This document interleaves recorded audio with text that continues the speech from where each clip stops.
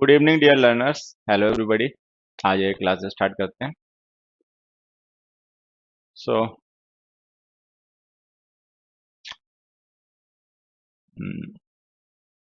Good evening बच्चों, सबको good evening. हाय बेटा। ओके। राम राम सबको बेटा, राम राम बे। आ जाइए। तो हम लोग स्टार्ट करते हैं अपने टेंस के क्वेश्चंस को डिस्कस करना। अभी तक जो भी हमने टेंस के क्वेश्चंस डिस्कस किए हैं, अब हम उससे आगे के क्वेश्चंस को स्टार्ट करते हैं। ठीक है, देखें।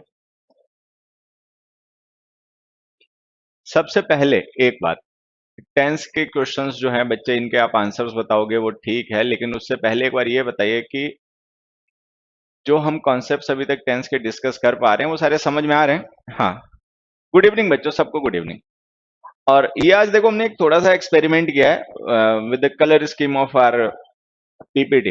हमारा जो पावर पॉइंट स्लाइड है इसके साथ में we have done a bit experiment, एक छोटा सा एक्सपेरिमेंट किया है and I think it must be soothing. पहले हमारा कलर हुआ करता था ग्रीन, बैकग्राउंड कलर ग्रीन होता था, तो मुझे लगता है वो थोड़ा सा आंखों को स्ट्रेन करता था। ठीक है, now I think it must B clear. ये थोड़ा सा क्लियर होना चाहिए पहले के मुकाबले। चाय पी लूं? चलो चाय भी पी लूंगा, भेजो।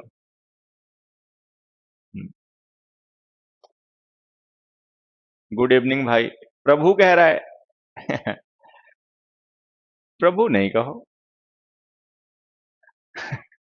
देखिए, सबसे पहला जो क्वेश्चन है, ये अगर आपको ध्यान हो तो ये कल क्वेश्चन स्टार्ट हो चुका था, बट हमने इसको एक्सप्लेन नहीं किया था। उसको मैंने इंटेंशनली जानबूझ के एक्सप्लेन नहीं किया था, क्योंकि ये जो क्वेश्चन है ना, ये बहुत अच्छे कॉन्सेप्ट पे बेस्ड है, मतलब बड़ा अच्छा कॉन्सेप्ट है।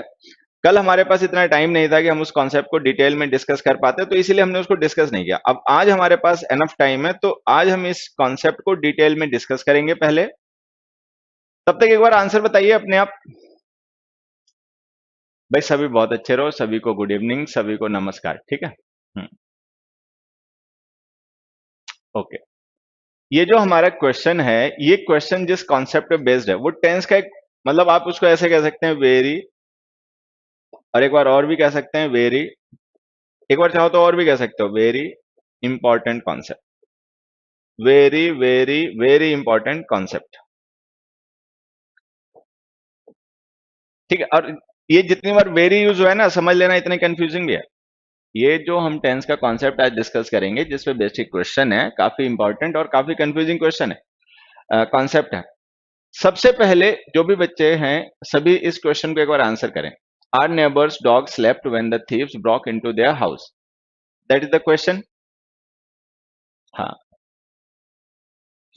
ठीक है, दैट इज द क्वेश्चन।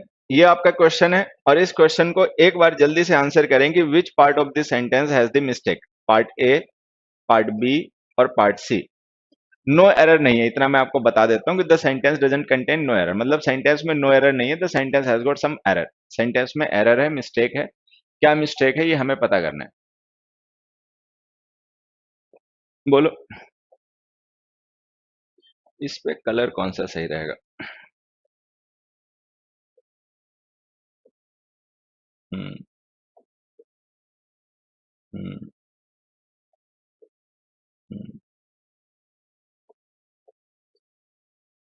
चलिए, बी, वेरी गुड। तो some students have commented B and some have commented A. Reasoning की क्लासेस नहीं है क्या? आप बेटा, आप रीजनिंग की क्लास अगर होगी तो आप देख लीजिए, चैनल पे चले होगी, बट ये तो ये रीजनिंग की क्लास नहीं है, मैं तो खैर इंग्लिश पढ़ाता हूँ। ठीक है। Okay. Now let me explain the concept to you. अब मैं आपको ना ये कॉन्सेप्ट एक्सप्लेन करता हूँ, ध्यान से समझना। यहां पर जो हमने सेंटेंस लिखा है बच्चों, ये जो भी हमने सेंटेंस लिखा है, our neighbour's dog slept when the thieves broke into the house, इसमें देखना ध्यान से, दो स्टेटमेंट्स हैं। एक स्टेटमेंट है ये, आर नेबर्स डॉग स्लेप्ट। एक स्टेटमेंट ये है, the thieves broke into their house. दोनों स्टेटमेंट पास्ट के हैं, ये भी पास्ट में है और ये भी पास्ट में है। ठीक है, दोनों पास्ट के इवेंट्स हैं। हाँ, और इन दोनों इवेंट्स को ध्यान से देखो, हमने कंजंक्शन व्हेन से कनेक्ट कर रखा है। जो हमारा कॉन्सेप्ट है आज का वो ये है कि past tenses past tenses with when. ये जो व्हेन हमारा कंजंक्शन होता है, अगर हम इसके साथ में पास्ट के टेंस लिखें तो वो कैसे डिसाइड होंगे कि पास्ट कॉन्टिन्यूअस लिखें, पास्ट परफेक्ट लिखें, पास्ट इंडेफिनिट लिखें। ये आज का हमारा कॉन्सेप्ट है। हमें आज ये समझना है कि अगर हम व्हेन के साथ में कोई भी पास्ट का इवेंट लिखेंगे तो वो इवेंट किस टेंस में लिखा जाएगा, पास्ट का कौन सा टेंस यूज करेंगे, ये हमें समझना है। तो मैं आपको यहाँ पे ना सारी पॉसिबिलिटीज समझा देता हूँ एक एक करके कि क्या क्या पॉसिबिलिटीज हो सकती हैं, और उन पॉसिबिलिटीज के अकॉर्डिंग आप कैसे टेंस को डिसाइड करेंगे कि कौन सा टेंस आपको इसके साथ में लिखना है। ठीक है, चलिए देखिए, मैं यहाँ पे दो सेंटेंस लिखता हूं। इट रेंड,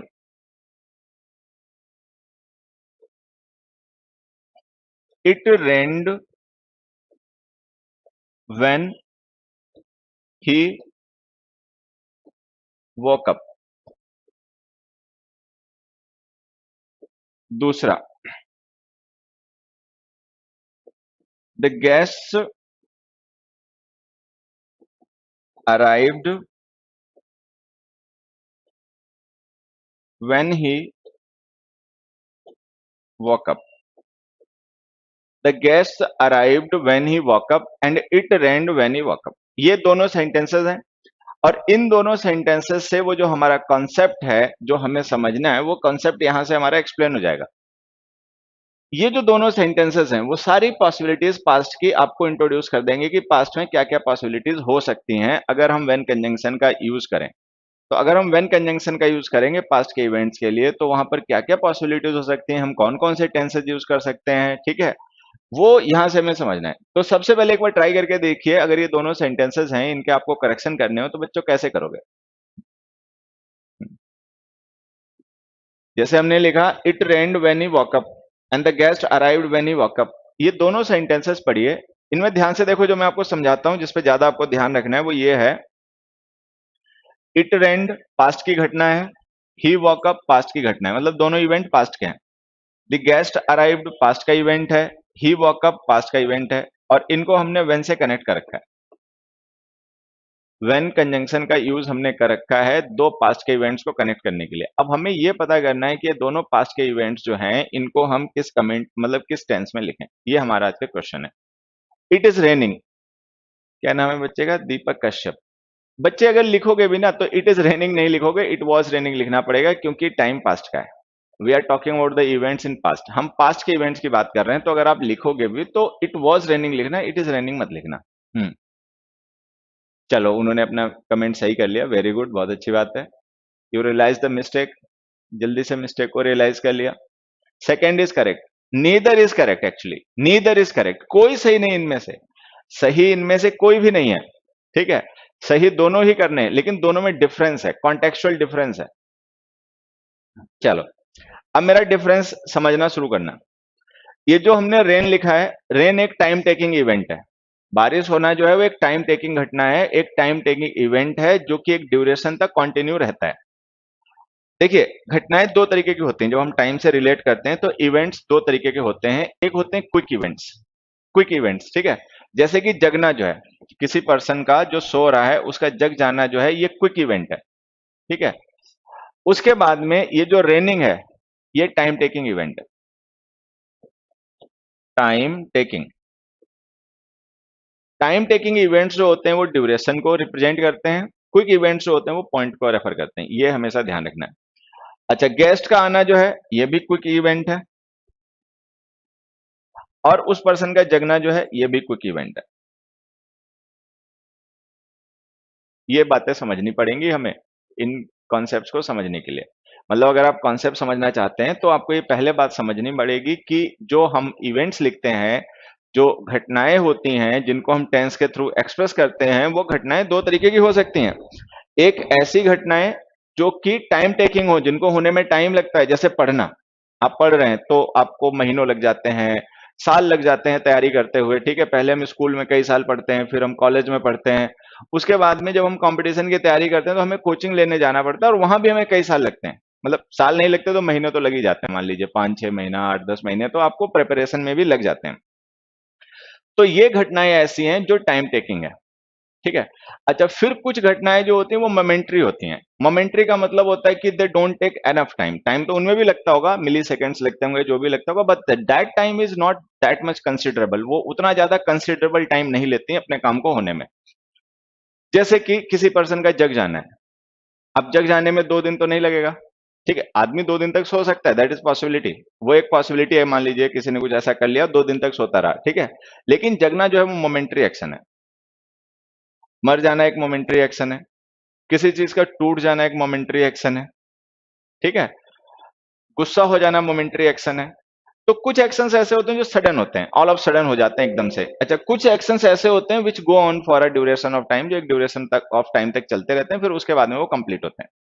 तो ये डिफरेंस हमें अपने आप ही नोटिस करना होता है। मतलब ये डिफरेंस जो होता है वो हमें खुद ही अपने आप नोटिस करना पड़ता है कि कौन सा इवेंट किस कैटेगरी का है, कौन सा इवेंट जो है वो टाइम टेकिंग कैटेगरी का है, कौन सा इवेंट जो है वो क्विक कैटेगरी का है। तो जब हम देखेंगे तो बारिश होना टाइम टेकिंग है। बारिश होती है 10 मिनट, 20 मिनट, आधा घंटा, 1 घंटा, और कई बार बरसात का मौसम होता है तब तो दिन भर बारिश बारिश होती रहती है। तो बारिश होना एक टाइम टेकिंग एक्शन है, जगना जो है क्विक एक्शन है।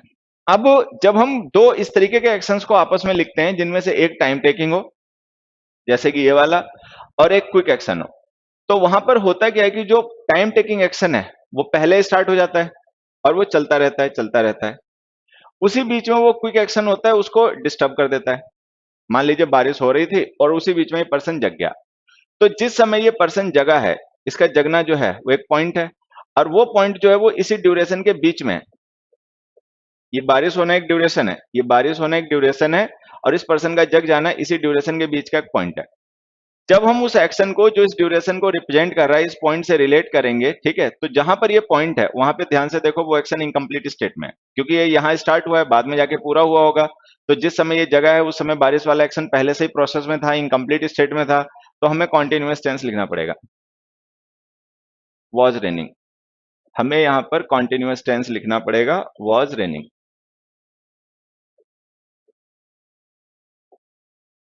तो ये ऐसे हो जाएगा, it was raining when he walk up. अच्छा, ये बात हम यहाँ पे नहीं कह सकते, जो हमने कॉन्टिन्यूअस टेंस वहां यूज कर लिया ना, वो हम कॉन्टिन्यूअस टेंस अगर चाहें तो यहाँ नहीं यूज कर सकते। यहाँ क्यों नहीं यूज कर सकते बच्चे? क्योंकि यहाँ पर ये दोनों ही एक्शन क्विक एक्शन है, इनमें से कोई भी टाइम टेकिंग एक्शन नहीं है, लॉन्ग ड्यूरेशन वाला कोई भी इनमें से एक्शन नहीं है, तो दोनों ही क्विक एक्शन है। तो अगर ये दोनों ही क्विक एक्शन है तो इनमें से कोई भी बैकग्राउंड एक्शन नहीं होगा, ये एक एक्शन सीक्वेंस में होंगे। सीक्वेंस का मतलब इनमें से एक कोई पहले होगा और दूसरा कोई बाद में होगा। ऐसे ही होगा, पहले गेस्ट आ गए होंगे, बाद में ये जगह होगा, या पहले ये जग गया होगा, बाद में गेस्ट आए होंगे, लेकिन वो बैकग्राउंड एक्शन उनमें से एक दूसरे के लिए नहीं हो सकता। इनमें से जो बारिश होना है वो बैकग्राउंड एक्शन हो जाएगा कि बारिश पहले से ही चल रही थी, बीच में वो जग गया, तो जो काम पहले से चल रहा था वो इनकम्प्लीट था, उसको हम कॉन्टिन्यूअस टेंस में लिख देते हैं। लेकिन ये दोनों एक्शन है ना, आगे पीछे सीक्वेंस में हुए इवेंट्स हैं। तो जब पास्ट में हम कोई दो ऐसी घटनाएं एक साथ लिखते हैं जिनमें से एक पहले हुई हो, एक बाद में हुई हो, तो जो घटना पहले होती है हम उसको पास्ट परफेक्ट में लिखते हैं, जो बाद में होती है उसको हम पास्ट इंडेफिनिट में लिखते हैं। ये एक कॉमन कॉन्सेप्ट है और I think everyone of you knows it. तुम में से सब बच्चे ये बात जानते होंगे कि जब पास्ट में दो घटनाएं होती हैं तो उनमें से जो घटना पहले होती है वो पास्ट परफेक्ट में, जो बाद में होती है वो पास्ट इंडेफिनिट में लिखी जाती है। ये कॉन्सेप्ट है। लेकिन व्हेन के साथ क्या होता है कि पास्ट में अगर कोई एक घटना किसी दूसरे घटना से पहले भी हुई है तो उसको हमेशा हम पास्ट परफेक्ट में नहीं लिखते। उसको पास्ट परफेक्ट में भी लिख सकते हैं, उसको पास्ट इंडेफिनिट में भी लिख सकते हैं। वो डिपेंड करता है इस बात पे कि एक घटना होने की वजह से ही दूसरी घटना हुई है, ये दोनों सेपरेट घटनाएं हैं। अगर एक इवेंट होने की वजह से दूसरा इवेंट हुआ है तो फिर दोनों पास्ट इंडेफिनिट में लिखना है। अगर दोनों इवेंट्स जो है वो सेपरेट इवेंट्स हैं और एक दूसरे पे वो डिपेंड नहीं करते हैं तो जो पहले हुआ है वो पास्ट परफेक्ट में लिखना है। जैसे कि ये जो हमारा सेंटेंस है, the guest arrived when he walk up, ये दोनों पास्ट इंडेफिनिट में लिखे हैं और हमें पता है ये दोनों सीक्वेंस में हुए हैं, इनमें से एक पहले हुआ होगा, एक बाद में हुआ होगा।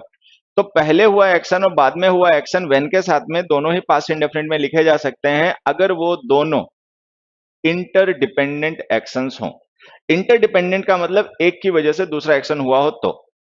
अब मान लो उसके जगने की वजह से गेस्ट आ गए हों या गेस्ट के आने की वजह से वो जग गया हो, तो ये दोनों पास्ट इंडेफिनिट में ठीक है। अच्छा, फिर जो हमारा कॉमन सेंस है उससे हमें इतना पता है कि जब कोई एक पर्सन सो रहा होता है तो उसको नहीं ये पता होता कि कोई आया कि कोई गया, क्योंकि हमें किसी पर्सन का आने या जाने का पता तब चलेगा जब हम कॉन्शियस हों। जगे हुए हों। अगर हम कॉन्शियस है तो हम जान सकते हैं कौन आ रहा है कौन जा रहा है। सोया हुआ पर्सन कॉन्शियस नहीं होता है और वो नहीं जान सकता कि कोई आया है कोई गया है। तो जब उसको ये पता ही नहीं चलेगा कोई आया है कोई गया है, तो वो उसके अकॉर्डिंग क्यों जगेगा? ठीक है, वो तो अपने आप ही जगह, जब जगना होगा तब जगेगा। अच्छा, गेस्ट भी हमें लगता है कि ये पता करके नहीं आते कि ये जग जाए तभी हम जाएंगे। ठीक है, तो गेस्ट का आना और उसका जगना सेपरेट एक्शन है। अगर ये दोनों सेपरेट एक्शन है तो इनमें से जो पहले हुआ उसको पास्ट परफेक्ट में लिख दो। ठीक है, अब हमें ये पता नहीं चल पाता इनमें से पहला कौन सा हुआ होगा। पहले गेस्ट आ गए होंगे कि पहले ये जग गया होगा, कोई भी हो सकता है। पहले हो सकता है गेस्ट आ गए हो, पहले हो सकता है वो जग गया हो, कोई भी हो सकता है। तो ध्यान रखना, ऐसे कंडीशन में हमेशा ही व्हेन के साथ लिखे गए एक्शन को पहला माना करो। अगर मान लो तुम्हें ये ना पता चल पाए कि इनमें से कौन सा एक्शन पहले हुआ होगा, तो जो व्हेन के साथ लिखा गया एक्शन है ना, उसी को प्रीवियस एक्शन माना करो कि वो पहले हुआ होगा। ठीक है, तो अगर ये पहले जग गया होगा, गेस्ट बाद में आए होंगे और ये दोनों सेपरेट एक्शन है, इंटरडिपेंडेंट नहीं है, तो जो पहले हो गया उसको पास्ट परफेक्ट में लिखो, हैड वोकन अप। इसको लिखो, the guest arrived when he had woken up. मतलब गेस्ट आए जब वो जग चुका था, मतलब उसका जगना गेस्ट के आने पे डिपेंड नहीं कर रहा है और गेस्ट का आना उसके जगने पे डिपेंड नहीं कर रहा। दोनों सेपरेट एक्शन है, इसीलिए जो पहले हुआ हमने पास्ट परफेक्ट में लिख दिया। ठीक है, अब ये बात अगर तुम्हें समझ में आ गई, बहुत अच्छी बात है। नहीं समझ में आ गई तो अब इस एग्जांपल से आ जाएगी। The glass the glass broke when he dropped it. एक दूसरा, द रेन स्टार्टेड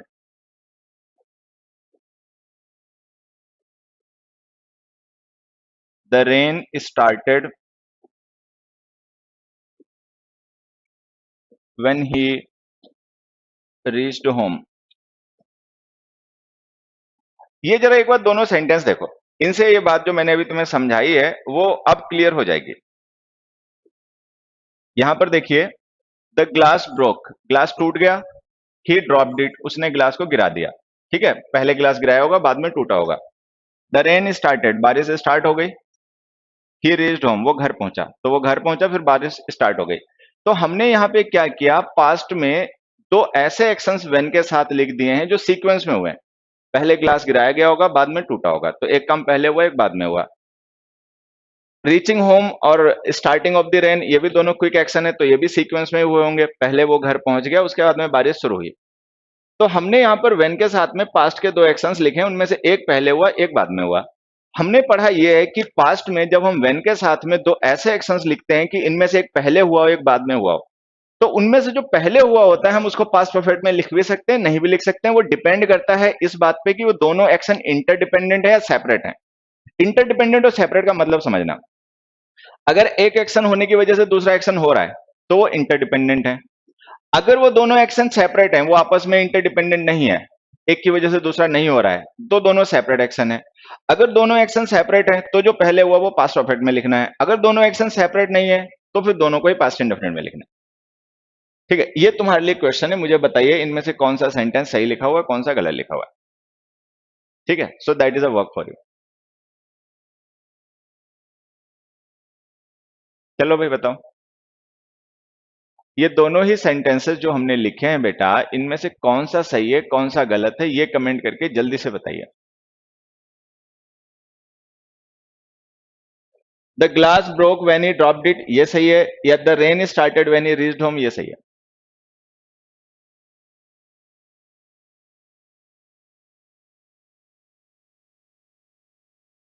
बताओ बताओ। हाँ बढ़िया है, अच्छी कोशिश है।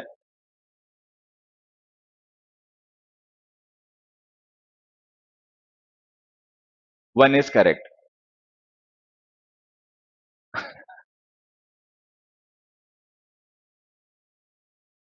ए, वन वाला सही है। हम्म, देखो है पता क्या है इसमें, ग्लास का टूटना जो है, एक मिनट बच्चे, ग्लास का टूटना जो है ये रिजल्ट है, और ग्लास का गिराना जो है वो कॉज है। मतलब उसने ग्लास गिराया इसलिए ग्लास टूटा, तो मतलब बात यह कि ग्लास को गिरा दिया इसलिए ग्लास टूट गया। तो अगर ग्लास नहीं गिराया गया होता तो ग्लास टूटा भी नहीं होता है। ग्लास टूटा इसलिए क्योंकि उसको गिराया गया है। तो ग्लास का गिराना और ग्लास का टूटना ये इंटरडिपेंडेंट एक्शन है। इंटरडिपेंडेंट का मतलब आपस में एक दूसरे पे डिपेंड कर रहे हैं। एक एक्शन दूसरे एक्शन का कॉज है। तो ऐसे एक्शंस जो इंटरडिपेंडेंट हो तो उनको दोनों को ही पास्ट इंडेफिनिट में लिखा करो। ये हमारा कॉन्सेप्ट है। ऐसा हम क्यों करते हैं ये भी समझ लेना। ऐसा हम क्यों करते हैं कि भाई दोनों एक्शन जब एक पहले हुआ एक बाद में हुआ तो जो पहले हुआ उसको हम पास्ट परफेक्ट में क्यों नहीं लिखते? क्योंकि हमारे बच्चे जब कोचिंग वगैरह पढ़ रहे होते हैं, जब तैयारी कर रहे होते हैं, तो उन्होंने यही पढ़ा होता है, बुक्स वगैरह में लिखा भी होता है कई बार कि पास्ट में कोई एक एक्शन अगर किसी दूसरे एक्शन से पहले होगा तो हम उसे पास्ट परफेक्ट में लिखेंगे। अब मैं आपको समझाना ये चाह रहा हूँ कि ऐसा हमेशा नहीं होता है। पहले हुआ एक्शन पास्ट में हम पास्ट इंडेफिनिट में भी लिख सकते हैं। वो इस बात पर डिपेंड करता है कि दोनों एक्शन आपस में इंटरडिपेंडेंट है कि नहीं है। होता क्या है, जब एक एक्शन दूसरे एक्शन के लिए कॉज होता है, ठीक है, मान लीजिए कॉज है और ये रिजल्ट है, तो कॉज एंड रिजल्ट जो होते हैं वो को एग्जिस्ट करते हैं। को एग्जिस्ट का मतलब एक साथ ही एग्जिस्ट करते हैं। कॉज और रिजल्ट जो होते हैं वो को एग्जिस्ट करते हैं। अगर वो को एग्जिस्ट करते हैं, एक साथ ही एग्जिस्ट करते हैं, तो उनका जो टाइम फ्रेम होगा ना वो कॉमन हो जाएगा। कॉमन टाइम फ्रेम का मतलब वो दोनों एक ही टाइम फ्रेम में होंगे, ठीक है। तो कॉज एंड रिजल्ट जो होते हैं उनका एग्जिस्टेंस जो होता है वो एक साथ होता है, मतलब कॉज एंड रीजन एक साथ को एग्जिस्ट करते हैं, तो एक साथ होने की वजह से उनका सेम टाइम फ्रेम रहता है, दोनों का अलग अलग टाइम फ्रेम में नहीं जाते। लेकिन अब अगर मान लो कोई ऐसे एक्शन हो जो सेपरेट हो, सेपरेट का मान लो ये एक्शन ए है, ये एक्शन बी है, ठीक है, और इनका एक दूसरे से कोई लेना देना नहीं है। अगर एक्शन ए नहीं होता तब भी एक्शन बी होता, और अगर बी नहीं होता तब भी ए होता, तो ये सेपरेट है, ये इंटरडिपेंडेंट नहीं है। अब अगर ये एक्शन सेपरेट है और इंटरडिपेंडेंट नहीं है तो इनका टाइम फ्रेम हो जाएगा अलग अलग। इनमें से जो बाद में हुआ है वो पास्ट रहेगा, और जो पहले हो गया वो पास्ट ऑफ पास्ट हो जाएगा। तो जो पास्ट ऑफ पास्ट हो जाएगा वो पास्ट परफेक्ट टेंस में लिखा जाएगा, जो पास्ट रहेगा वो पास्ट इंडेफिनिट टेंस में लिखा जाएगा। ये एक्चुअल कॉन्सेप्ट है, मतलब एक्चुअल कॉन्सेप्ट ये है कि पास्ट में हुए एक्शन जो पहले होते हैं वो हमेशा पास्ट इंडेफिनिट में या हमेशा पास्ट परफेक्ट में नहीं लिखे जाते हैं। वो डिपेंड करते हैं कि वो किस टाइप के दोनों एक्शन आपस में है। मेरी क्लास बेटा 9 बजे से चलती है। हाँ, मेरी एक क्लास जो है बेटा ये रोज 9 बजे से होती है, प्रैक्टिस क्लास। इसमें हम टेंस के मतलब ग्रामर के अच्छे क्वेश्चंस को, जो प्रीवियस ईयर के क्वेश्चंस होते हैं वो, और जो बाकी ये क्वेश्चंस होते हैं इंपॉर्टेंट एग्जाम के पॉइंट ऑफ व्यू से, उनका डिस्कशन होता है। मतलब ये क्लास रोज रात को 9 बजे ही होती है,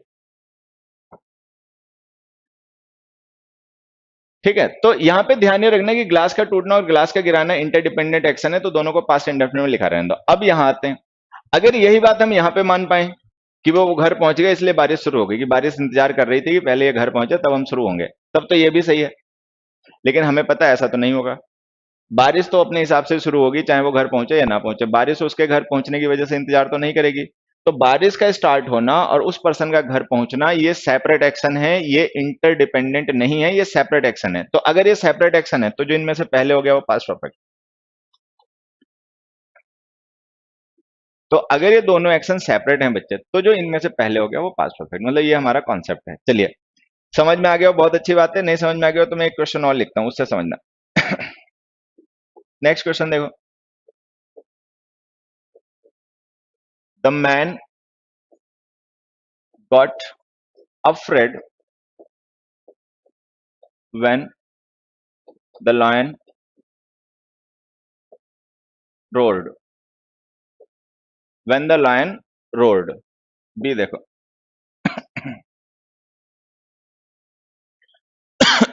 दूसरा देखिए, the lights went off when when he did homework.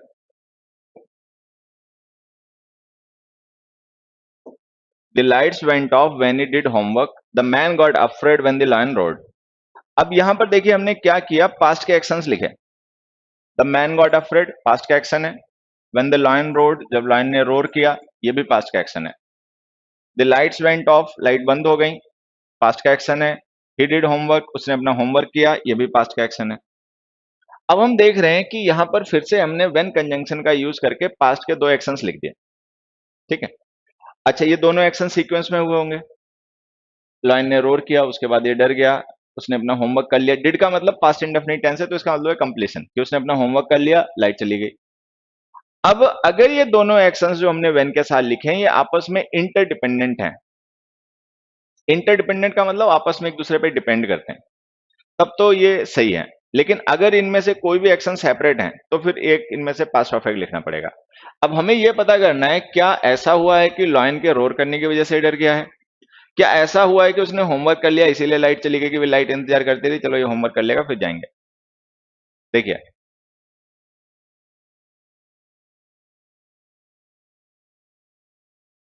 बताइए, कमेंट द आंसर।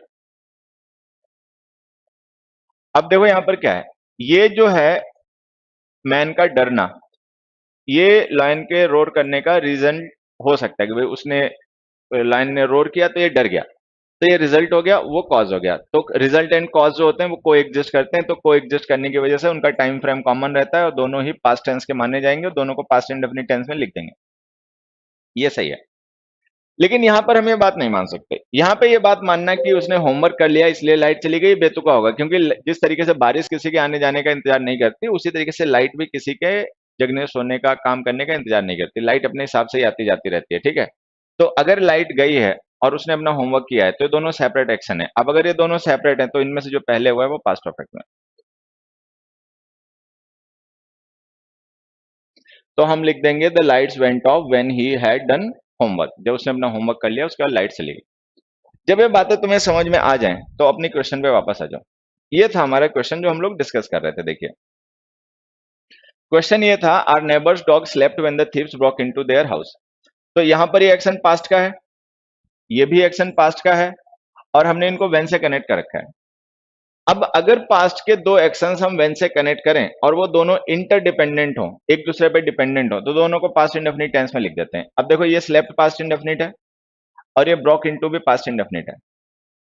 ये सेंटेंस तब सही हो सकता है जब हम ये मान लें कि उसके घर में चोर घुस गए इसीलिए वो कुत्ता उनका सो गया।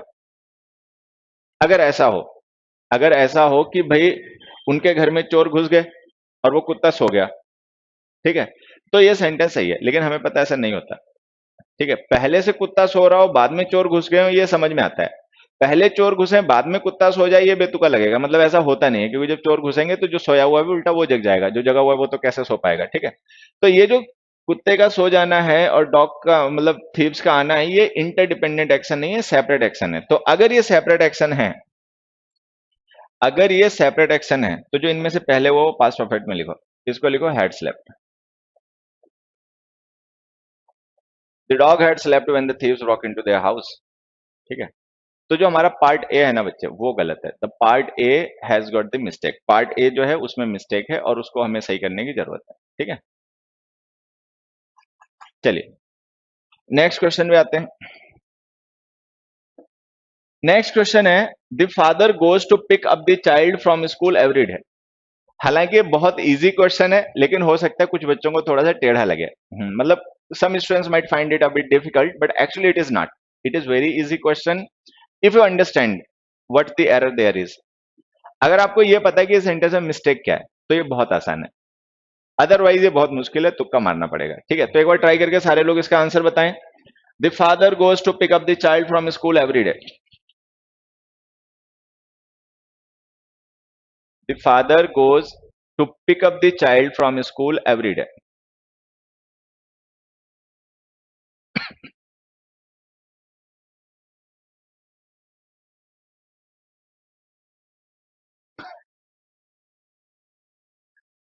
देर is a student who is saying that a बोला था बट आपने कंफ्यूज कर दिया। तो actually I don't deal with question and answers, ठीक है। मैं क्वेश्चन आंसर को बच्चे डील करना नहीं पसंद करता, मैं कोशिश करता हूं बच्चे को आंसर के साथ साथ में उसका एक्सप्लेनेशन भी मिल जाए, सो दैट अगर उसी स्ट्रक्चर पे या उसी टाइप का कोई दूसरा कॉन्टेक्स्ट वाला क्वेश्चन आ जाए तो उसको समझ पाए, ये ना हो कि वो याद कर ले उस स्ट्रक्चर को और उसी के हिसाब से बिना समझे क्वेश्चन के आंसर्स बताता रहे। The father goes to pick up the child from school every day. मैंने कहा ये क्वेश्चन आसान है, some students might find it difficult. हाँ,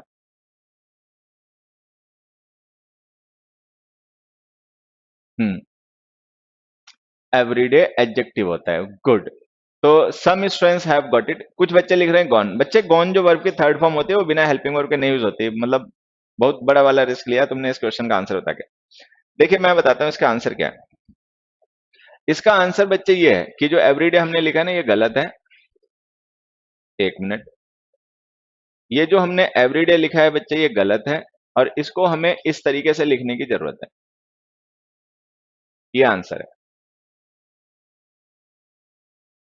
हाँ, ठीक है बच्चे। फिर से समझ लीजिए एक बार, मैं भी समझा देता हूँ। ये एक चैनल पे अपने बच्चे ये जान नहीं पाए, ये एक एक चैनल पे वो जान गए, वो समझ गए उसमें क्या मिस्टेक है, और ये बच्चे नहीं जान पाए अभी इसमें क्या मिस्टेक है। तो मैं आपको बता देता हूँ इसमें क्या मिस्टेक है बेटा। ये जो हमने एवरीडे वर्ड यहाँ पे लिखा है ना, देखो मैं इसको ऐसे लिखता हूँ, ध्यान से देखना। ये जो हमने एवरीडे वर्ड लिखा है ये गलत है, ठीक है, और हमें इसको ऐसे लिखना है और ये सही है। अगर तुम लोग पहले से ये बात जानते हो कि इनमें क्या मिस्टेक है तो अच्छी बात है। अगर तुम नहीं जानते हो तो अब मैं बताता हूं, उसको हमेशा ध्यान रखना। देखो, ये जो एवरीडे वर्ड होता है बेटा, इसे हम दो तरीके से लिखते हैं। एक as a single word everyday, और दूसरा इस तरीके से एवरीडे। दोनों में डिफरेंस क्या समझना। ये जो सिंगल वर्ड एवरीडे हमने लिखा ना बेटा, ये होता है एडजेक्टिव, ये एडजेक्टिव होता है। और ये जो हम एवरीडे स्पेस के साथ लिखते हैं, इसमें क्या होता है, डे नाउन होता है, एवरी उसका डिटर्मिनर होता है, और ये फ्रेज मिलके बन जाती है एडवर्ब ऑफ फ्रीक्वेंसी। तो ये डिफरेंस आपको समझना है कि सिंगल वर्ड एवरीडे एक एडजेक्टिव होता है, स्पेस के साथ जब हम उसे लिख देते हैं एवरीडे को, तो वो एक एडवर्ब बन जाता है टाइम का, जिसका मतलब डेली होता है। अब ध्यान रखना, ये जो हमने एवरीडे स्पेस के साथ लिखा है ना, ये एडवर्ब है टाइम का, और इसका मतलब है डेली, ठीक है। ये जो हमने एवरीडे स्पेस के साथ नहीं लिखा है, मतलब एक सिंगल वर्ड यूज किया है, ये एक हमारा एडजेक्टिव है, और इसका मतलब है ऑर्डिनरी, इसका मतलब है ऑर्डिनरी, इसका मतलब है कॉमन, ठीक है। एक तो ये इनके मीनिंग ध्यान रखने हैं। दो तीन बातें आपको छोटी छोटी ध्यान रखनी है। एक तो ये ध्यान रखनी है कि सिंगल वर्ड एवरीडे जो होता है वो एक एडजेक्टिव होता है, स्पेस के साथ जब उसे लिखते हैं तो वो एडवर्ब होता है। एक पॉइंट हो गया। दूसरा पॉइंट ये ध्यान रखना है कि जो सिंगल वर्ड एवरीडे होता है उसका मतलब होता है कॉमन, ऑर्डिनरी, मतलब कुछ ऐसा जो बहुत साधारण है, मतलब कुछ स्पेशल या कुछ खास नहीं है, वो बहुत कॉमन है, ऑर्डिनरी है, ठीक है। और जो एडवर्ब वाला एवरीडे होता है उसका मतलब डेली होता है, रोज। एक तो ये बात बताइए, ठीक है। हाँ बच्चे, ये क्लास रोज 9 बजे होती है। हाँ बेटा, एडजेक्टिव एडवर्ब भी करवाएंगे। अभी जैसे टेंस हम लोग डिस्कस कर रहे हैं, टेंस के क्वेश्चंस के बाद में हम एडजेक्टिव एडवर्ब के क्वेश्चंस भी स्टार्ट करेंगे। चैप्टर वाइज प्रैक्टिस अपनी स्टार्ट हो चुकी है, ठीक है। अब हम चैप्टर वाइज ही सारे क्वेश्चंस डिस्कस कर रहे हैं। एक छोटी सी बात मैं आप लोगों से और चाहूंगा, अगर पहले से ना जानते हो तो हमेशा ध्यान रखना। वो दूसरी बात यह है वो दूसरी बात यह है कि ये जो एवरीडे एडवर्ब होता है ना बेटा, ये होता है व्हेन का रिप्लाई। जब हमें सेंटेंस में व्हेन का रिप्लाई लिखना होता है तब हम इसका यूज करते हैं। और ये जो एवरीडे एडजेक्टिव होता है ये होता है व्हाट काइंड ऑफ का रिप्लाई। जब हमें सेंटेंस में व्हाट काइंड ऑफ का रिप्लाई लिखना होता है तो हम एडजेक्टिव वाला एवरीडे यूज करते हैं। ये बातें तुम्हें ध्यान रखनी है, व्हाट काइंड ऑफ और व्हेन। सिंगल वर्ड एवरीडे जो एडजेक्टिव है वो व्हाट काइंड ऑफ का रिप्लाई होता है। एक्चुअली होता क्या है कि जो एडजेक्टिव्स होते हैं वो विच या व्हाट काइंड ऑफ का ही रिप्लाई होते हैं। सेंटेंस में ऐसे वर्ड जो विच या व्हाट काइंड ऑफ का रिप्लाई हो वो एडजेक्टिव होते हैं, ठीक है। और ये जो एवरीडे है एडवर्ब ऑफ टाइम, ये व्हेन का रिप्लाई होता है। ये बातें ध्यान रखनी है। अगर ये बातें आपको ध्यान रह गई तो अब मैं दो क्वेश्चंस लिख रहा हूं, इनके आंसर बताना। देखिए, एक मैंने क्वेश्चन लिखा, ट्रैफिक इज, ठीक है, traffic is and dash problem in cities,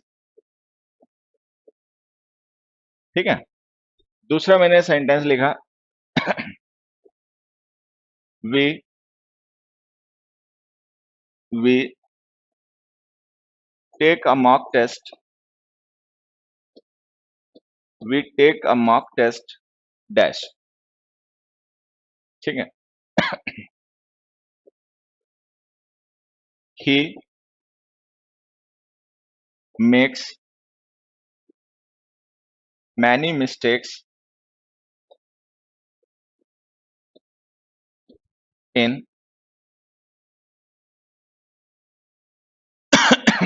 in dash, एक मिनट ये थोड़ा सा बड़ा हो गया, चलो कोई नहीं, डैश कन्वर्सेशन। कन्वर्सेशन चाहो या कम्युनिकेशन भी लिख सकते हो, कन्वर्सेशन। एक मिनट में इसको फिर से लिख ही देता हूँ, एक मिनट बच्चों। इन डैश कम्युनिकेशन, कम्युनिकेशन, ठीक है। फोर्थ,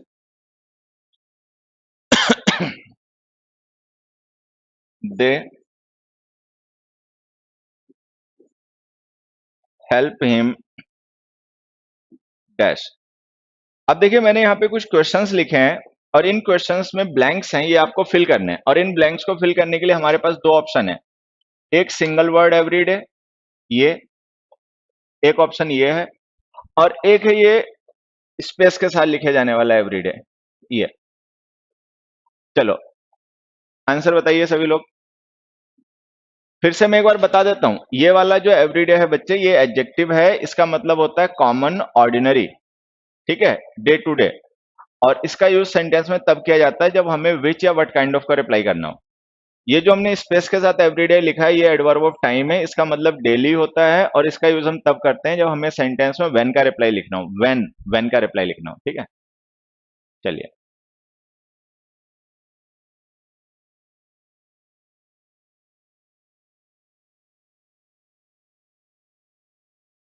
बताओ आंसर, चलो। हाँ, traffic is and dash problem in cities, we take a mock test dash, he makes many mistakes लिख देना बच्चे, देखो मिस्टेक रह गया, इसको आप मिस्टेक्स कर लें, ठीक है। He makes many mistakes in dash communication and they help him dash. बहुत अच्छे, देखो ये बच्चों ने सही आंसर बताया है। ये अच्छा लगता है कि जब हम आंसर बताएं और हमें पता भी हो कि जो हम आंसर बता रहे हैं वो समझ के बता रहे हैं, तो अच्छा लगता है, ठीक है। पता चले हम आंसर तो बताएं लेकिन हम उसको लेके खुद श्योर ना हो कि जो हम बता रहे हैं वो सही है गलत है, तो गड़बड़ हो जाती है। ओके, बहुत अच्छे। तो तुम लोगों का देखो आंसर सही है, मैं बताता हूं, ध्यान से सुनना। जैसे हमने लिखा ट्रैफिक इज अ प्रॉब्लम, कि ट्रैफिक एक प्रॉब्लम है, एक समस्या है शहरों में। अच्छा, कैसी समस्या है ये? अब हमें यहाँ पे एक वर्ड लिखना है जो डिस्क्राइब करे इस प्रॉब्लम को, कि व्हाट काइंड ऑफ प्रॉब्लम, भाई कैसी समस्या है, ठीक है। रेगुलर प्रॉब्लम है, रोज होने वाली समस्या है, कॉमन प्रॉब्लम है, या जब तक होने वाली समस्या है। तो हमें पता है कि शहरों में जो ट्रैफिक जाम है वो एक रेगुलर समस्या है, एक कॉमन समस्या है, मतलब कुछ समस्याएं ऐसी होती हैं जो जब तक होती हैं, जैसे अभी जैसे देखिए कोरोना चल रहा है, ठीक है। तो ये कोरोना जैसी जो बीमारियां होती हैं ये सीजनल होती है, मतलब सीजन, कोरोना तो खैर सीजनल भी नहीं है, तो रेयर काइंड ऑफ मतलब डिजीज है, जैसे डेंगू है, ठीक है। ये जैसे डेंगू टाइप की बीमारी जो आती है वो सीजनल होती हैं, एक पर्टिकुलर टाइम होता है जिसमें मच्छर ज्यादा एक्टिव होते हैं, उस समय होती हैं, हमेशा नहीं रहती। लेकिन ट्रैफिक जाम शहरों में ऐसी समस्या है जो 12 महीने रहती है, सर्दी, गर्मी, बरसात, बरसात में तो उल्टा बहुत ज्यादा हो जाता है जाम, ठीक है। ट्रैफिक जाम जो है वो एक रोज की समस्या है, ठीक है, कॉमन प्रॉब्लम है, ठीक है। तो यहां पे हमें एक वर्ड चाहिए जो प्रॉब्लम नाउन को डिस्क्राइब कर दे, तो एडजेक्टिव ये काम करेगा, तो हम लिखेंगे एवरीडे को ऐसे, एवरीडे प्रॉब्लम इन सिटीज, ठीक है। फिर नेक्स्ट में आते हैं, यहां हमने लिखा we take a mock test, हम एक मॉक टेस्ट करते हैं, व्हेन, कब करते हैं। तो हमें यहाँ पे व्हेन का रिप्लाई चाहिए, व्हेन का रिप्लाई एडजेक्टिव नहीं होते, एडवर्ब होते हैं, ध्यान रखना। तो हम एवरीडे ऐसे लिखेंगे, we take a mock test everyday, space के साथ।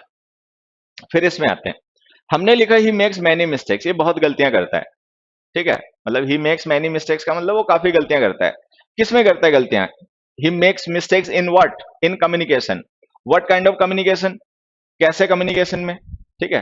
तो व्हाट काइंड ऑफ कम्युनिकेशन, हमें यहाँ पे कम्युनिकेशन नाउन को डिस्क्राइब करने के लिए एक वर्ड चाहिए। अब नाउन को डिस्क्राइब करना काम एडजेक्टिव का होता है, तो हम यहाँ पे लिखेंगे everyday, everyday communication. Everyday communication का मतलब जो हमारी रोजमर्रा, मतलब जो ऑर्डिनरी कम्युनिकेशन हम करते हैं अपने, जैसे दोस्तों के साथ बातचीत करते हैं, अपने टीचर्स के साथ बातचीत करते हैं, अपने पेरेंट्स पड़ोसियों के साथ बातचीत करते हैं। तो एवरीडे कम्युनिकेशन का मतलब होगा ordinary communication, not some special. देखो एक तो होता है स्पेशल कम्युनिकेशन, जैसे कि हम कहीं पे स्पीच दे रहे हैं, ठीक है, कुछ लोगों के साथ में हम वहां पे स्पीच दे रहे हैं, या जैसे कोई मीटिंग हो रही है तो मीटिंग में हम कुछ बोल रहे हैं, तो वो एवरीडे कम्युनिकेशन नहीं होता, वो होता अकेजनल कम्युनिकेशन, कि हमें खास मौकों पे ही उस तरीके का कम्युनिकेशन करना पड़ता है। बट एक कम्युनिकेशन आपका एवरीडे कम्युनिकेशन है, मान लीजिए आपके घर पे दूध सब्जी देने वाला आया, तो आप उससे कुछ बातचीत करोगे, ठीक है। आपके पड़ोसी मिल गया, आप उनसे कोई दो चार बातें करोगे। आपका फ्रेंड मिल गया तो फोन पर उससे कोई बातचीत करोगे, नाते रिश्तेदार है उससे बातचीत करोगे, पढ़ने गए कोचिंग तो अपने टीचर से कुछ बातचीत करोगे, कुछ डाउट पूछोगे, ठीक है, कुछ जानना चाहोगे। तो ये जो कम्युनिकेशन है ये एवरीडे कम्युनिकेशन है। एवरीडे का मतलब कॉमन, डे टू डे, ठीक है। तो यहां पर हमें कम्युनिकेशन नाउन को डिस्क्राइब करने के लिए एडजेक्टिव चाहिए था, तो हमने एवरीडे लिख दिया। अब आते हैं इस पे, दे हेल्प हिम, वो उसको हेल्प करते हैं, when, when do they help him, कब उसको हेल्प करते हैं। तो व्हेन का रिप्लाई एडवर्ब होता है, तो हमें यहाँ पे एक एडवर्ब चाहिए। एडवर्ब जो होता है वो ये वाला एवरीडे होता है स्पेस के साथ। तो ये आप ध्यान रखेंगे कि एवरीडे वर्ड जो होता है इसको दो तरीके से लिखा जाता है, एज अ सिंगल वर्ड जो कि एक एडजेक्टिव होता है जिसका मतलब ऑर्डिनरी होता है, कॉमन होता है, ठीक है। और एक हम इसको लिखते हैं स्पेस के साथ में। जब हम एवरीडे को स्पेस के साथ लिखते हैं तो एडवर्ब फ्रेज ऑफ टाइम होती है और ये व्हेन का रिप्लाई होता है और इसका मतलब डेली होता है, ठीक है। चलिए, बढ़िया, बहुत अच्छा आंसर तुम लोगों के अच्छे थे।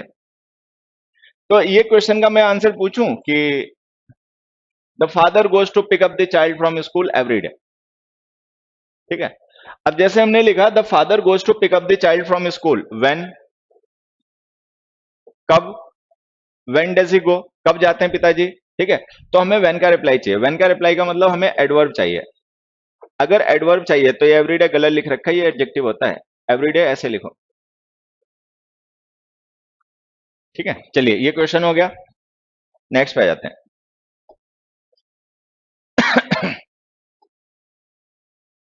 Most employees leave the office while the office clock strikes 6।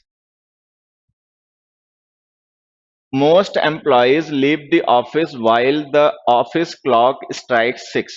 अब हमने कहा कि ज्यादातर जो एम्प्लॉइज हैं वो ऑफिस छोड़ देते हैं जब घड़ी 6 बजती, मतलब जब घड़ी में 6 बजते हैं, जैसे ही स्ट्राइक करती है 6, वैसे ही जो एम्प्लॉइज हैं वो ऑफिस छोड़ देते हैं। How to combine sentences using and, great,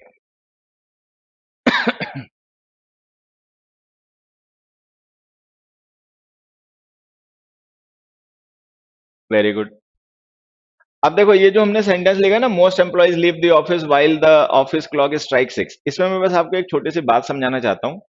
मतलब ये इंपॉर्टेंट पॉइंट है, ये फिल इन द ब्लैंक्स में, ठीक है, और क्लोज टेस्ट में, और यहाँ तो हमने कॉमन एरर में पूछा है, ये सब जगह आता है। ये जो वर्ड व्हाइल है ना, ध्यान से देखो, ये कंजंक्शन है यहाँ पर। ये व्हेन और व्हाइल, ये दोनों ही वर्ड जो होते हैं ये कंजंक्शन ऑफ टाइम होते हैं। कंजंक्शन ऑफ टाइम, ये टाइम के कंजंक्शंस होते हैं। व्हेन भी और वाइल भी, ये दोनों ही कंजंक्शंस होते हैं टाइम के। हालांकि वाइल जो होता है वो कॉन्ट्रास्ट का भी कंजंक्शन होता है, उसको हम कॉन्ट्रास्ट शो करने के लिए भी यूज करते हैं, ठीक है। जब हम टाइम के लिए यूज करते हैं व्हेन और वाइल को, तो इनमें एक बड़ा डिफरेंस होता है। क्या डिफरेंस होता है? व्हेन का यूज हम करते हैं तब जब इंडेफिनिट या कॉन्टिन्यूअस कोई भी टेंस लिखा, मतलब व्हेन का यूज हम कॉन्टिन्यूअस टेंसेस के साथ में और इंडेफिनिट टेंसेस के साथ में, दोनों के साथ कर सकते हैं। वाइल का यूज हमेशा कॉन्टिन्यूअस टेंस के साथ करा करो, कॉन्टिन्यूअस टेंसेस के साथ में, व्हेन और वाइल, ये डिफरेंस है। ऐसा क्यों होता है, देखो ये भी मैं आपको समझा देता हूं, इस बात को भी ध्यान रखना कि ऐसा हमें क्यों करना पड़ता है। एक्चुअली होता है क्या है, ये जो हमारा वाइल कंजंक्शन ऑफ टाइम है ना, इसके थ्रू हम रेफर करते हैं उस टाइम को जो ड्यूरेशन हो, ठीक है। अच्छा, व्हेन जो होता है इसके थ्रू हम उस टाइम को भी रेफर कर सकते हैं जो पॉइंट हो और जो ड्यूरेशन हो, मतलब ये दोनों के लिए यूज होता है। मेरी बात अगर नहीं समझ में आई तो समझना, मतलब अब मैं समझा रहा हूं तब समझना, मतलब कि टाइम को बच्चे ना हम दो तरीके से एक्सप्रेस करते हैं। ये हमने पिछली क्लास में भी एक पॉइंट ऐसा डिस्कस किया था। जैसे हमने लिखा 5 आवर्स, सपोज हमने लिखा 5 आवर्स और हमने लिखा 5 PM, तो ये दोनों ही टाइम एक्सप्रेशन है। 5 आवर्स भी टाइम है, 5 PM भी टाइम है, लेकिन दोनों में डिफरेंस है। देखो 5 आवर्स जो है ना, ये है टाइम की ड्यूरेशन, मतलब ये ड्यूरेशन है। 5 PM जो है ये है पॉइंट, ये है पॉइंट। तो आपको ध्यान ये रखना है कि टाइम को हम दो तरीके से एक्सप्रेस करते हैं। टाइम को हम एज अ पॉइंट भी रेफर करते हैं और टाइम को एज अ ड्यूरेशन भी रेफर करते हैं। यही बात अगर और तुम डिटेल में समझना चाहते हो तो इसको ऐसे भी समझ सकते हो कि जैसे टाइम का जो हमारा कॉन्सेप्ट है, टाइम का जो हमारा कॉन्सेप्ट है वो ये है कि टाइम एक लाइन है जिसका ओरिजिन बिग बैंग को माना जाता है, कि समय और स्पेस की शुरुआत बिग बैंग से हुई, मतलब माना यह जाता है। साइंटिफिक थ्योरी तो यही है, बाकी तो वास्तविकता में समय कब शुरुआत हुआ, तो समय की मतलब शुरुआत कब हुई वो किसी को नहीं पता, ठीक है। बट जहां तक अभी साइंस पहुंच गई है, हाँ, एक बच्चा पूछ रहा पॉइंट एंड ड्यूरेशन क्या है। आई आई एक्सपेक्टेड दिस क्वेश्चन, मैं ये क्वेश्चन एक्सपेक्ट भी कर रहा था कि समवन विल आस्क, कोई ना कोई बच्चा जरूर पूछेगा भाई ये क्या है। ठीक है, हमें तो टाइम टाइम ही पता है, ये टाइम पॉइंट और ड्यूरेशन क्या हो गया, तो उस you don't worry about that dear. ठीक है, I will make you understand about that. तुम उसकी चिंता मत करो, बस ध्यान से सुनते रहना। ठीक है, सब अपने आप क्लियर हो जाएगा। अभी देखो,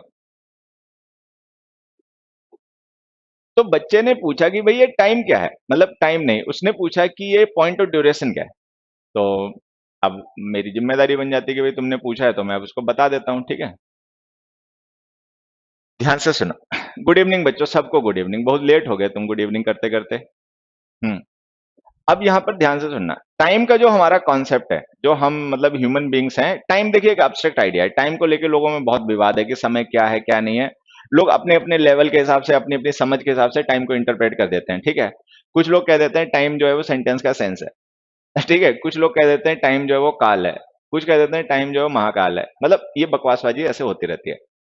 खैर, टाइम एक एब्स्ट्रैक्ट आइडिया है।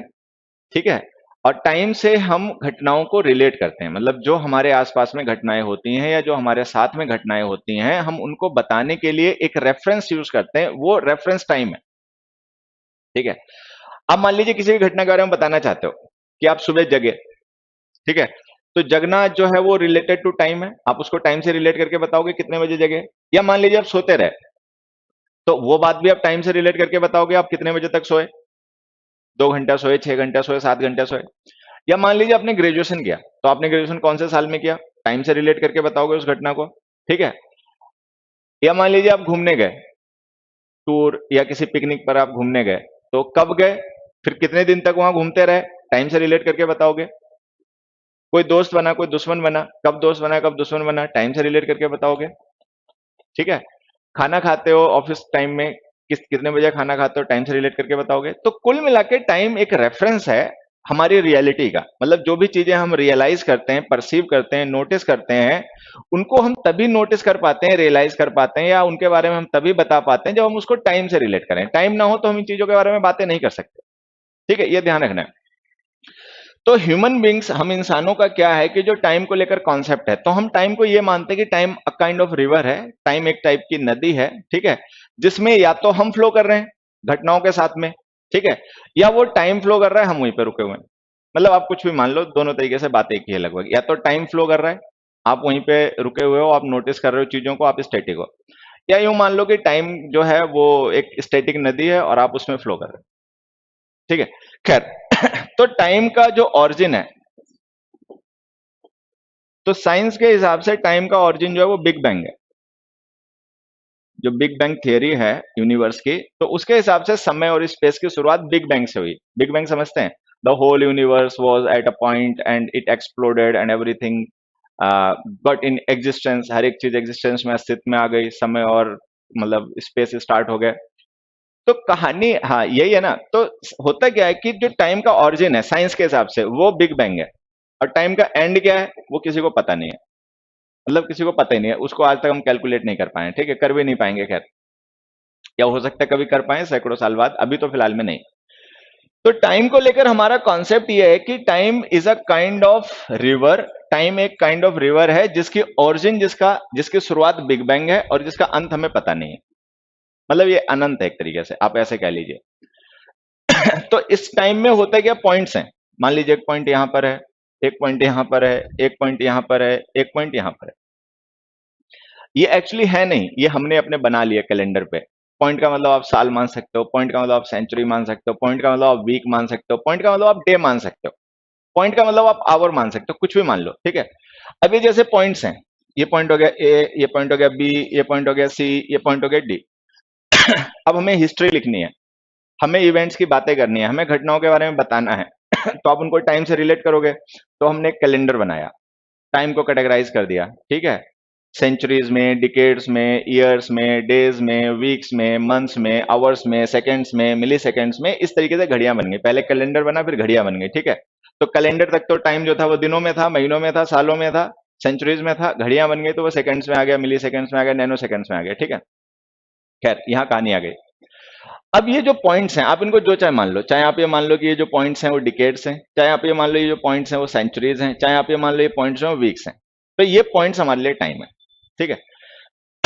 अब मान लेते हैं ये जो पॉइंट है ना ये 3 PM है और ये जो पॉइंट है ये 6 PM है। तो ये जो 3 PM और 6 PM है ये टाइम है, लेकिन ये टाइम के पॉइंट्स हैं।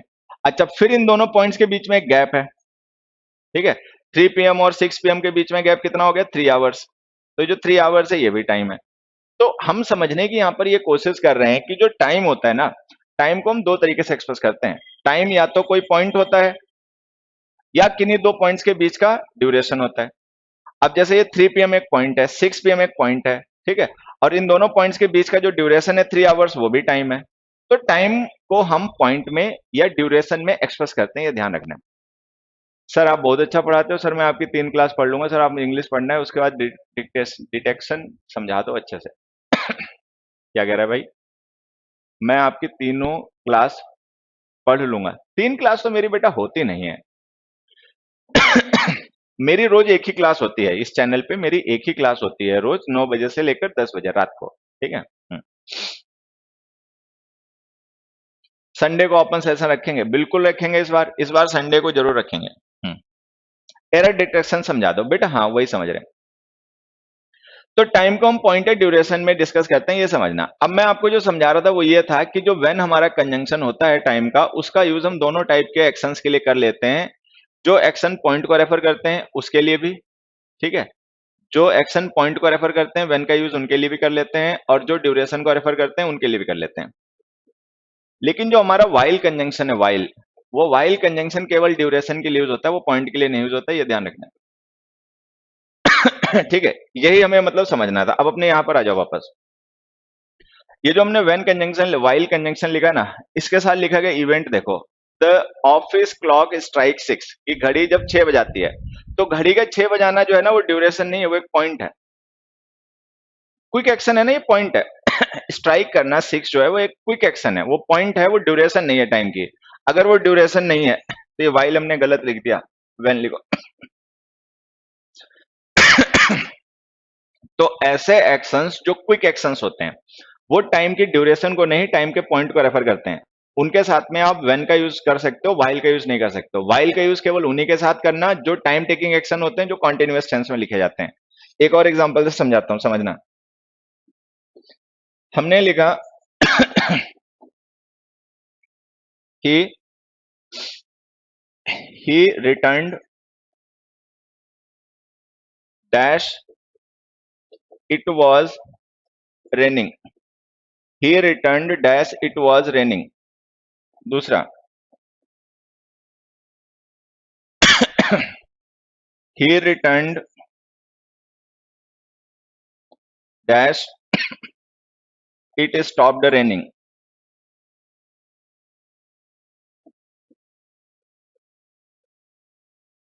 अब देखो ये मैंने दो सेंटेंसेस लिखे, he returned dash it was raining, he returned dash it stopped raining. ये हमें ब्लैंक्स फिल करने, इस तरीके के क्वेश्चंस बहुत आते हैं हमारे पेपर में, क्लोज टेस्ट में, फिल इन द ब्लैंक्स में, सेंटेंस इंप्रूवमेंट में, सब जगह आते हैं।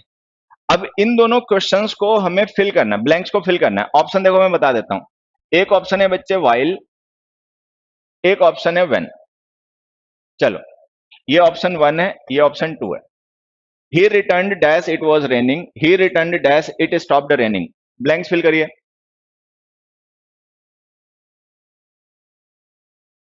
ओके बेटा, ओके गौरव त्रिवेदी जी, मैं समझा दूंगा भाई, हाँ मैं नहीं परेशान हूं, आपकी बात मैं समझ गया। अच्छा, 10 से पहले वाली क्लास बोल रहा है बच्चा, okay okay, I got it now, I got it. ठीक है, मैं समझ गया बेटा आपकी बात। He return dash it was raining, he return dash it stopped raining. ये ब्लैंक्स फिल करने हैं, ऑप्शन वैन और वाइल हैं, जल्दी से बताओ किसमें वैन आएगा, किसमें वाइल आएगा, किसमें दोनों आ सकते हैं। ऐसा भी हो सकता है कि किसी एक में दोनों आ जाएं, मतलब कोई ऐसा भी हमारा क्वेश्चन हो सकता है जिसमें हम वैन और वाइल में से किसी का भी यूज कर लें। एक बार ध्यान से देख लेना। मस्त रहो भाई, पंकज कुमार द्विवेदी, बहुत अच्छा रहो। Kindly sir, would you talk with me? Sir, please, I have been studying since 2018. First time I want to talk to you, sir, kindly. अरे भैया, अब यूट्यूब पर बात कर लें क्या? ये बताओ, यूट्यूब पर तो बात नहीं हो सकती, और अगर मुझसे बात करना चाहते हो ठीक है, ठीक है। इस पे अच्छा एक चीज, एक बात मेरी ध्यान से सारे लोग सुनना, ये आंसर बताना छोड़ के, एक मिनट मेरी बात ध्यान से सुनो, ध्यान से सुनना। जैसे आप लोग इंग्लिश पढ़ते हो, ठीक है, तो इंग्लिश में बहुत से क्वेश्चंस और मतलब रूल्स ऐसे होते हैं जो याद कर लिए होते हैं हमने, हमें समझ में नहीं आए होते हैं, मतलब सबके साथ ऐसा होता है, बहुत से बच्चों के साथ में मतलब होता ही है ऐसा, ठीक है। मैं फिर से एक बार कह रहा हूं, मेरी बात ध्यान से सुनना बच्चों, जो मैं कह रहा हूं बड़ी इंपॉर्टेंट है, ध्यान से सुनना, सबके काम आएगी है, और इससे हमें बड़ा फायदा होगा। जैसे जब हम इंग्लिश पढ़ते हैं, किसी बुक में पढ़ते हैं, किसी कोचिंग में पढ़ते हैं, किसी ऑनलाइन प्लेटफॉर्म पे पढ़ते हैं, तो कई बार हम ऐसे रूल्स पढ़ लेते हैं जो हमने याद तो कर लिए होते हैं, लेकिन एक्चुअली वो हमें समझ में नहीं आए होते हैं, ठीक है। केवल हमने याद कर लिया होता है क्योंकि वो ऐसा रूल होता है, इसलिए हमने उसको याद कर लिया होता है, ठीक है। या कई बार कोई ऐसा क्वेश्चन होता है जिसका आंसर हम याद कर लेते हैं कि हमें हमने बुक में पढ़ा, बुक में लिखा है इस क्वेश्चन का आंसर ये है, लेकिन वो हमें समझ में नहीं आया, कंफ्यूजन रहता है उससे रिलेटेड कोई ना कोई, भाई ये आंसर क्यों है, हमें लगता है कुछ और होना चाहिए। तो अगर तुम लोगों को कोई ऐसा रूल या कोई ऐसा क्वेश्चन जिसका तुमने आंसर याद कर रखा है, या कोई ऐसा रूल जो तुमने याद कर रखा है लेकिन तुम उससे सेटिस्फाई नहीं हो, वो तुम्हें डाउट करता है, कंफ्यूज करता है, ठीक है, क्योंकि तुम्हें उसके पीछे का लॉजिक नहीं पता है, या वो मतलब तुम समझ नहीं पा रहे हो, बस याद कर लिया, रूल लिखा था या किसी ने बताया ये रूल होता है तो तुमने याद कर लिया, ठीक है। या कोई क्वेश्चन का आंसर जो तुमने याद कर लिया इसलिए क्योंकि कहीं पर वो आंसर लिखा था या किसी ने कह दिया इसका आंसर यही होता है। तो ऐसा कोई रूल या कोई ऐसा अगर तुम्हारा मतलब क्वेश्चन है और तुम चाहते हो कि उसको डिटेल में एक्सप्लेन कर दिया जाए, तुम्हें समझा दिया जाए, क्योंकि उसकी वजह से तुम कंफ्यूज रहते हो या तुम्हें डाउट रहता है, तो तुम अपने ऐसे क्वेश्चन को या ऐसे मतलब रूल को इस वीडियो में कमेंट में लिख देना, कमेंट बॉक्स में। ये जो वीडियो है ना, ये वीडियो जैसे सेव हो जाएगा तो इसके कमेंट बॉक्स में लिख देना, ठीक है। और मैं वो कमेंट्स जो हैं उनसे आपके क्वेश्चंस को पिक करके फिर संडे सैटरडे को, कल कल शाम को, तो कल शाम को हमारी एक क्लास होगी, और उस क्लास में मैं उन रूल्स को जो उसमें से अच्छे, मोस्ट कंफ्यूजिंग और मोस्ट डाउट मतलब होंगे, उनको मैं एक्सप्लेन करूंगा। बात समझ में आ गई?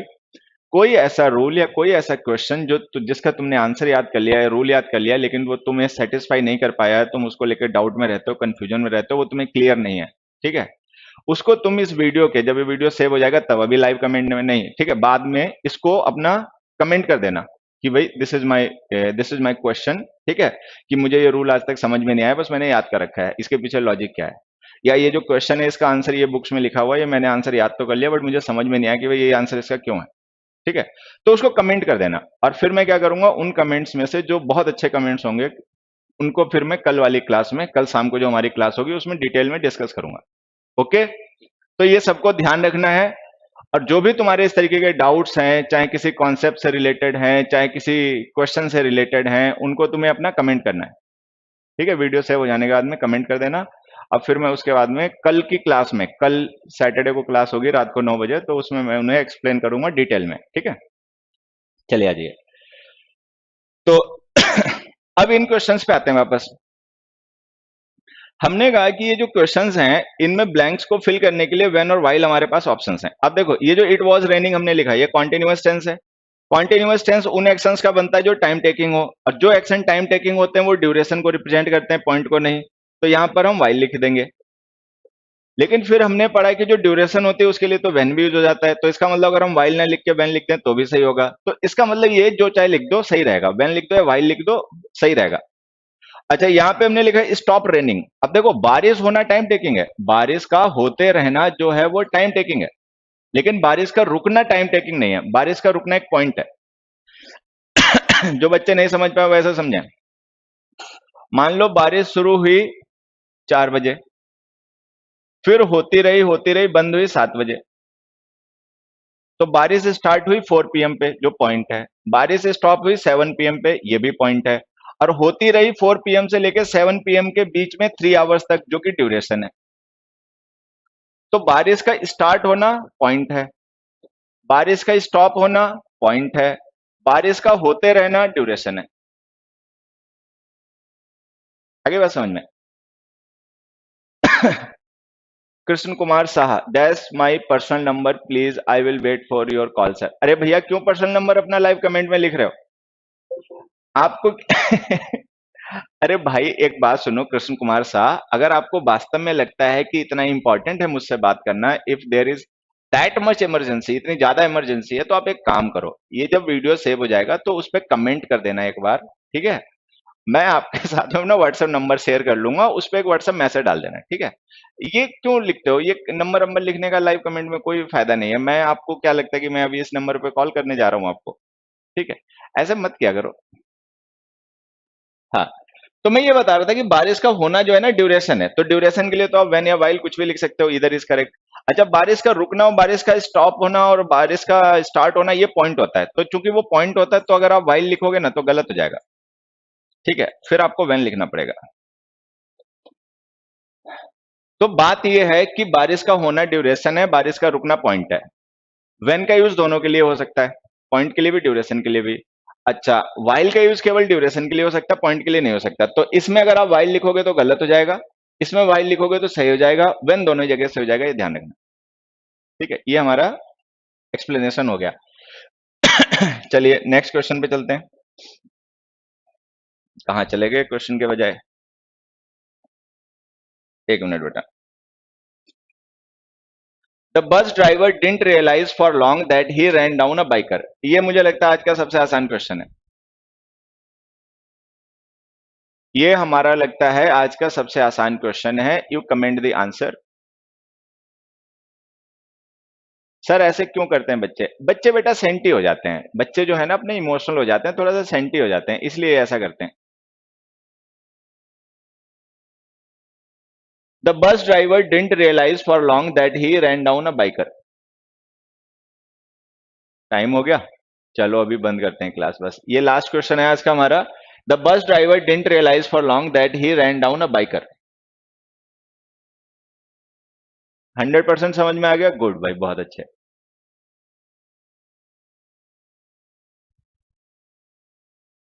डी पार्ट, देखो मैं आप लोगों को एक बात बता दूं अपने बारे में, अगर आप पहले से नहीं जानते, मैं 100 में से कोई एक आधा क्वेश्चन ऐसा पूछता हूं जो नो एरर होता है। मतलब आप मान के चलिए कि मेरे जो क्वेश्चंस होते हैं वो नो एरर वाले होते नहीं है। मैं इंटेंशनली नो एरर के क्वेश्चंस बनाता नहीं हूं, क्योंकि उसका कोई फायदा नहीं है। आप बच्चे के साथ हम क्वेश्चन कर रहे हैं, प्रैक्टिस क्लास रख रहे हैं, तो इसलिए रख रहे हैं ना, हमें कुछ सीखने को मिले, कुछ जानने को मिले, ठीक है। नो एरर तो ब्लफ होता है। तो हालांकि उसको भी यूज कर लेना चाहिए, ठीक है, बीच बीच में, लेकिन कभी वंस इन अ 100, ठीक है। हाँ देखिए, some students have commented the answer correctly, कुछ, हाँ हाँ, कुछ बच्चे हैं उन्होंने बिल्कुल सही आंसर कर दिया है, ठीक है। मैं देखो आपको बताता हूँ इसमें होता क्या है। ये जो बच्चे हमने सेंटेंस लिखा है ना, इस सेंटेंस को जब आप ध्यान से पढ़ोगे तो इसमें एक बात समझ में आएगी कि एक कोई बस ड्राइवर है जिसके बारे में बताया जा रहा है कि उसने काफी समय तक रियलाइज नहीं किया। फॉर लॉन्ग का मतलब लंबे समय तक। डिडंट रियलाइज का मतलब उसको रियलाइज नहीं कर पाया। क्या रियलाइज नहीं कर पाया वो? That he run down a biker. Run down बच्चे फ्रेजल वर्ब होती है। रन डाउन एक फ्रेजल वर्ब होती है, इसका मतलब होता है टू हिट, टक्कर मार देना, किसी व्हीकल वगैरह से टक्कर मार देना। तो हमने लिखा था bus driver didn't realise for long that he ran down a biker, कि बहुत समय तक बस ड्राइवर को ये रियलाइज ही नहीं हुआ कि उसने किसी बाइक सवार को टक्कर भी मार दी है। तो इसका मतलब क्या है कि उसने किसी बाइकर को टक्कर मार दी होगी और ये बात उसको रियलाइज नहीं हुई। तो यहाँ पे ध्यान से देखो, नहीं रियलाइज होना पास्ट का इवेंट है। डिडंट रियलाइज लिखा ना, पास्ट इंडेफिनिट टेंस, तो ये पास्ट का इवेंट है। अच्छा, टक्कर मार देना बाइकर को, वो उससे भी पहले का इवेंट है, क्योंकि रियलाइजेशन बाद में होता है ना हमेशा। तो जिस इवेंट को उसने रियलाइज किया या नहीं किया वो पहले हो गया होगा, तो रियलाइजेशन हुआ बाद में, या नहीं भी हुआ वो बाद में। जो काम वो पहले कर चुका था, रैन डाउन, वो हो गया पास्ट ऑफ पास्ट। तो जो पास्ट ऑफ पास्ट के एक्शंस होते हैं, देखिए पास्ट एक टाइम हो गया, पास्ट ऑफ पास्ट एक टाइम हो गया, ठीक है। जब हम प्रेजेंट से बैक जाते हैं, जब हम प्रेजेंट से बैक मूव करते हैं, ठीक है, तो हम पहुंचते हैं पास्ट में। लेकिन फिर जब हम पास्ट से बैक मूव कर जाते हैं तो हम पहुंचते हैं पास्ट ऑफ पास्ट में। तो यहां पर आपको ध्यान रखना है कि पास्ट और पास्ट ऑफ पास्ट अलग अलग टाइम होते हैं, ठीक है। पास्ट वो टाइम होता है, पास्ट वो टाइम होता है जिसको आप अचीव करते हो प्रेजेंट से बैक जाके। पास्ट ऑफ पास्ट वो टाइम होता है जिसको आप अचीव करते हो पास्ट से बैक जाके। तो ये जो पास्ट ऑफ पास्ट टाइम होता है ना, इस टाइम के एक्शंस को हम पास्ट परफेक्ट में लिखते हैं। इसीलिए हम पास्ट परफेक्ट को पास्ट ऑफ पास्ट कहते हैं, ये ध्यान रखना, ठीक है। और ये जो पास्ट के एक्शंस होते हैं इनको हम पास्ट इंडेफिनिट में लिखते हैं। तो जो एक्शन पास्ट में बाद में हुआ वो पास्ट इंडेफिनिट में, जो पहले हुआ पास्ट परफेक्ट में। तो हमें पता बाद में ये हुआ, डिडंट रियलाइज, और ये पहले हो चुका था, तो इसको पास्ट परफेक्ट में लिखो, हैड रन डाउन। इसको आप लिखो had run down. The bus driver didn't realise for long that he had run down a biker, कि उसने बहुत समय तक ये रियलाइज ही नहीं किया कि वो एक बाइकर को टक्कर मार आया था पीछे। Questions have become a bit easier. हाँ बिल्कुल बच्चे, मतलब थोड़ा सा इजी भी रहता है, थोड़ा सा डिफिकल्ट क्वेश्चन भी रहता है, लेकिन मेरी कोशिश रहती है कि मैं प्यार से समझा दूं। सर हमें तो क्लास से प्यार हो गया, तो अब तुम यहीं क्लास के साथ बैठो, ठीक है। टाइम हो गया क्या? 10:08 हो गया। तो एक काम करते हैं बच्चों, that's all for today. We had a very nice session with you all and I really enjoyed it, ठीक है। बहुत अच्छा लगा तुम लोगों के साथ में पढ़ पढ़ा के। अभी क्या करना है, कल ये क्लास फिर से 9 बजे होगी, ठीक है, तो उसको अपना अटेंड करना है। You have to attend that session tomorrow as well. वो जो मैंने रूल वाली और क्वेश्चन वाली बात बताई है उसको सीरियसली लेना है। मैं भाई नहीं बहन हूं। ये नाते रिश्तेदारी छोड़ो, पढ़ाई लिखाई पे थोड़ा सा ध्यान लगा लो। तो अभी तो खैर आज का सेशन हमारा ओवर होता है, ठीक है, अब हम बाय करते हैं, चलने का समय हो गया है। लेकिन वो बात ध्यान रखनी है कि अगर कोई ऐसा रूल इंग्लिश का जो तुम्हें समझ में नहीं आया और तुमने याद कर रखा है, या कोई ऐसा क्वेश्चन इंग्लिश का, ठीक है, जिसका आंसर तुमने याद कर रखा है लेकिन तुम्हें समझ में नहीं आया, ठीक है, उसको इस वीडियो के सेव हो जाने के बाद में कमेंट करना, कमेंट बॉक्स में उसको लिखना, ठीक है। और वो तुम्हारा जो कमेंट है वो मैं कल की क्लास में, कल रात को जो 9 बजे क्लास होगी उसमें डिटेल में एक्सप्लेन कर दूंगा कि भाई उस रूल के पीछे क्या लॉजिक है, ठीक है, क्यों वो बना, ये समझा दूंगा। और अगर कोई ऐसा क्वेश्चन है जिसका आंसर तुमने याद कर रखा है, समझ में नहीं आया, तो उसका आंसर भी एक्सप्लेन कर दूंगा, क्यों उसका वो आंसर क्यों, ठीक है। चलिए, रोज एक प्रैक्टिस सेट कराया करें, ओके। तो करेंगे कोशिश, इसकी भी करेंगे।